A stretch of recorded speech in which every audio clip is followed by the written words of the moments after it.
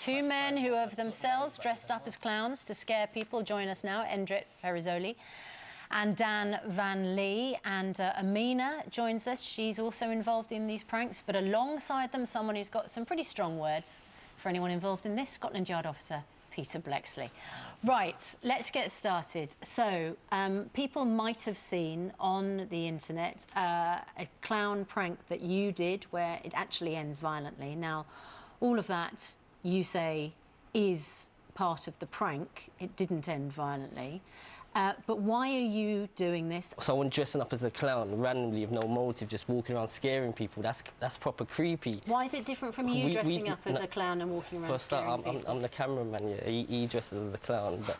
Yeah, but you're part of the same team. Yeah, when we do it, yeah, we straight away, after, like, we scare them, like, 10 seconds, we say we're joking, it's a prank, and it's for YouTube, can we use your footage? That's the worst kind of wind-up, when you actually do something and then turn around and say, it's just a joke, no? Well, no, but most of the people, they actually like it. Because we always show the reactions. What's going on now is people are scaring people and just leaving it like that. So you guys think everything you do is harmless, right?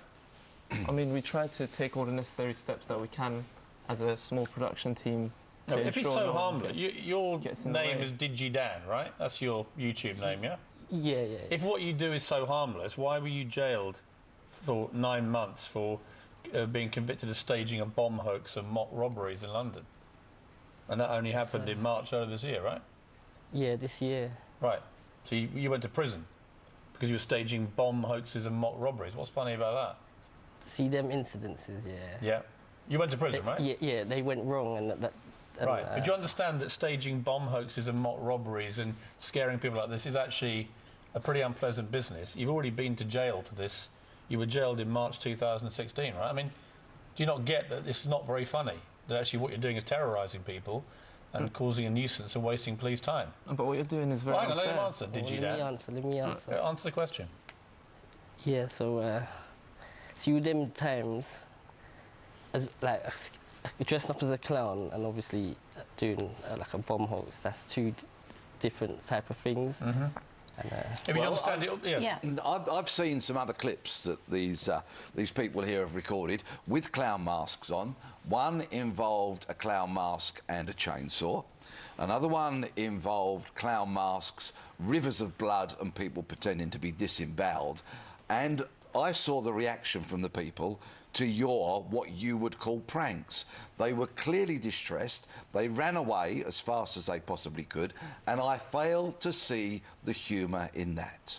Well, those very see that clip you saw, the clip you saw, that was people are laughing at the same time. Those people are laughing at the joke that he's saying he doesn't find very funny. We don't produce this content for people such as him.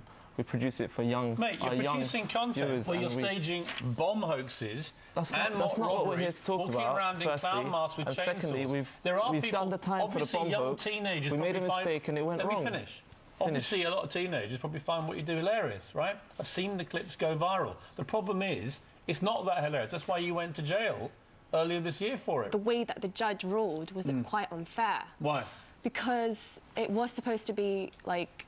Because it was funny, right? the bystanders that were further away, they didn't find it funny and they called the police. But the people that were actually in the controlled environment, they actually got to see... Do you understand? I'm sorry, but do you understand there's nothing funny in the current world of extreme terror threats to this country, that there's nothing funny about staging bomb hoaxes and mock robberies? I absolutely agree. So do you understand that's not funny? So if you understand that's not funny, why is it funny for you guys to wear clown masks with chainsaws and terrorise young people, old people, anyone you want to get a kick out of, to bung it on YouTube and make yourselves famous? See, this is what I mean. You're painting us with the same brush as these other viral videos you've seen. That's not something we're responsible for.